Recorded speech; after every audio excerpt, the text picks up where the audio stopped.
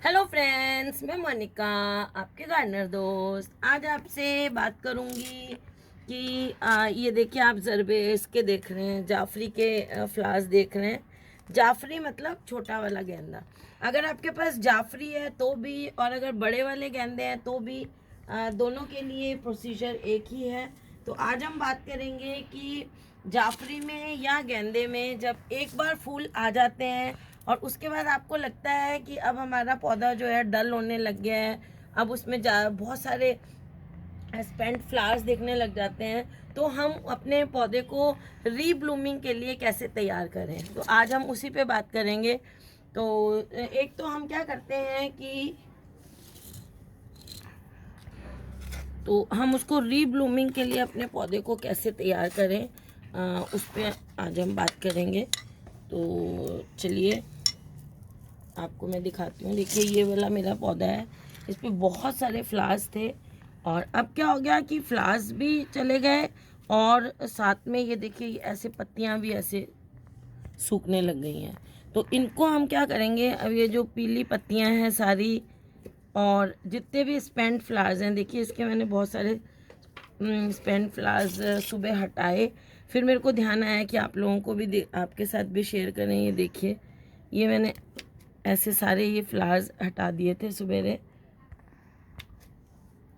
और ये देखिए ऐसे ये सारे जो है ऐसे, इसको आप हटा दीजिए। आपको मेरे नेल्स काले काले दिख रहे होंगे क्योंकि आज मैंने अपने गमलों के स्टैंड्स को ब्लैक कलर किया है। तो ये देखिए, ये जितने भी डेड पोर्शंस आपको दिख रहे हैं और जो डेड फ्लावर्स हैं जितने भी, जैसे ये वाला फ्लावर है, ये स्पेंट फ्लावर है, तो इसको ऐसे, और ये जो फ्लावर हैं इसको हम फेंकेंगे नहीं।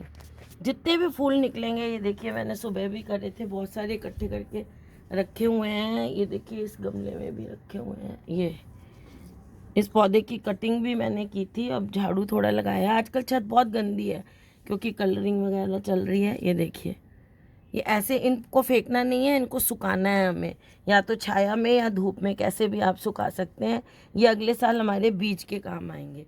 तो देखिए ऐसे बिल्कुल मैंने इस पौधे को अच्छी सारी इसकी कटाई कर दी है। ये देखिए ऐसे पूरी इसकी ये। अच्छा, कई बार क्या होता है, आप लोगों को लगता है कि इसके पत्ते हमारे लाल पड़ रहे हैं गेंदे के। तो ये लाल जो पड़ना होता है ना, ये दो तीन कारण होते हैं जो पत्ते लाल पड़ते हैं। एक तो सर्दी के कारण भी पत्ते लाल पड़ जाते हैं, तो आप उसको धूप में रखें अपने पौधे को थोड़ा हाफ डे।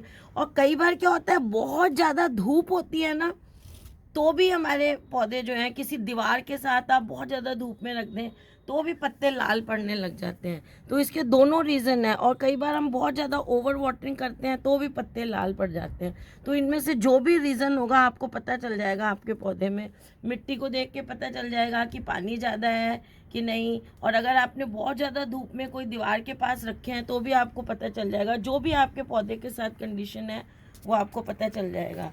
बहुत ज़्यादा सर्दियों में भी जो है वो इनके पत्ते, मैं इस पर एक वीडियो अलग से बनाने की सोच रही हूँ कि पत्ते जो होते हैं ना वो लाल क्यों पड़ जाते हैं। आपने देखा है विदेशों में जब पतझड़ आने वाला होता है तो कैसे सारे जो उनके प्लांट्स हैं, पेड़ हैं, वो लाल हो जाती हैं उनकी पत्तियाँ। वो क्यों होती हैं, उसके पीछे क्या साइंटिफिक रीज़न है, एक दिन हम उस पर बात करेंगे।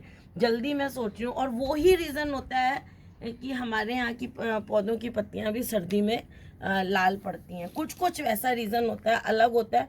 लाल पत्तियाँ होने के बहुत रीज़न्स होते हैं, एक दिन हम बात करेंगे और आपको बड़ा इंटरेस्ट आएगा ये टॉपिक पे जब मैं आपसे बात करूँगी। और तो चलिए, ये अब हमने स्पेंट फ्लावर्स इसके हटा लेने हैं। देखिए ये भी मुझे तो स्पेंट लग रहा है। ये देखिए ये डल हो गए हैं, देखिए इनके कंपैरिजन में। तो इनको अब हम हटा लेते हैं और इन ये सूखने में जाएंगे।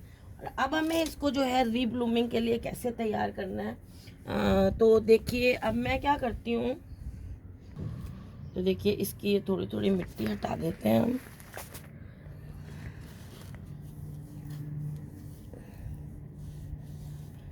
ये देखिए,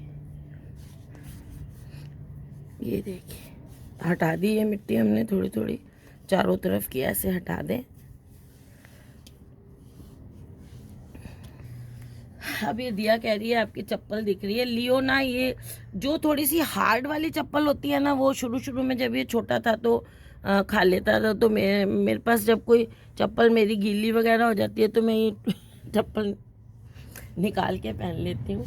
ये लियो खाई हुई है। चलिए, तो अब देखिए इसमें मैं ये 1 कप, देखिए आप खाद देख रहे हो, 9 इंच का गमला है, इसमें मैं ऐसे इसमें खाद डाल रही हूँ। एक मैं बात आपको और बताना चाहती हूँ, अगर आपको लग रहा है कि आपका जो इसमें ये ट्राइकोडर्मा या फंजीसाइड आप ऐसे डाल देंगे, ये देखिए आज मैं ये, वैसे देखिए ऐसे कभी मत करना आप कि कभी ट्राइकोडर्मा डाल दी और कभी फंजीसाइड डाल दिया। अगर आप ट्राइकोडर्मा यूज़ करते हैं तो हमेशा ट्राइकोडर्मा ही यूज़ करें, क्योंकि ट्राइकोडर्मा और फंजीसाइड दोनों अलग चीज़ हैं। फंजीसाइड जो है वो केमिकल होता है और वो ट्राइकोडर्मा को भी मार देता है ना। अगर आप ट्राइकोडर्मा यूज़ कर रहे हैं तो फिर फंजीसाइड यूज़ ना करें। फंजीसाइड यूज़ करते हैं तो ट्राइकोडर्मा को भी वो मार देता है। तो अभी मैंने आपको दिखाने के लिए डाल दिया। वैसे मैं ट्राइकोडर्मा ही डालती हूँ। आजकल मैं लिक्विड ट्राइकोडर्मा ले आई हूँ, लिक्विड भी मिलती है अमेज़ॉन पे। और तो अब दिया कह रही है आप ट्राइकोडर्मा डालते हो, आपने तो ये फंजीसाइड डाल के दिखा दिया। मैंने आपको बताया है कि आप कर सकते हो। अब इसमें मैंने आपको दिखाने के लिए डाल दी। वैसे मुझे ट्राइकोडर्मा ही डालनी चाहिए थी, क्योंकि मैं ट्राइकोडर्मा आजकल लिक्विड वाली ले आई हूँ।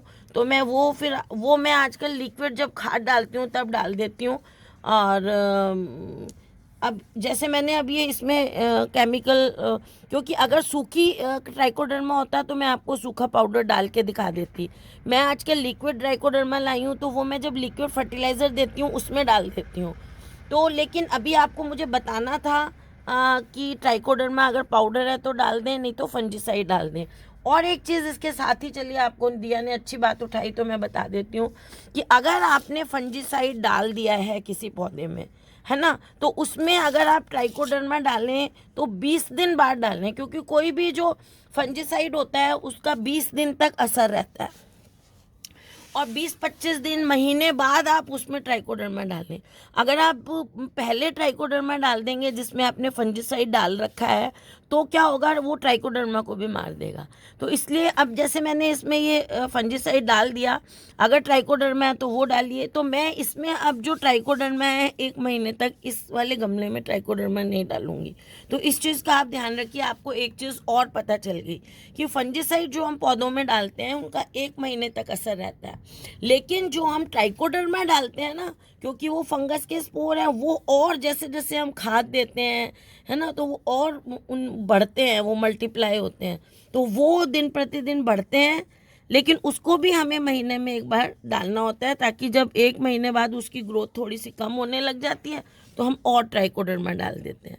1-1.5 महीने बाद, 2 महीने बाद एक बार फिर उसको थोड़ा सा डाल देना पड़ता है, ताकि उसकी क्वांटिटी दिन प्रतिदिन बढ़ती जाए, कम नहीं हो।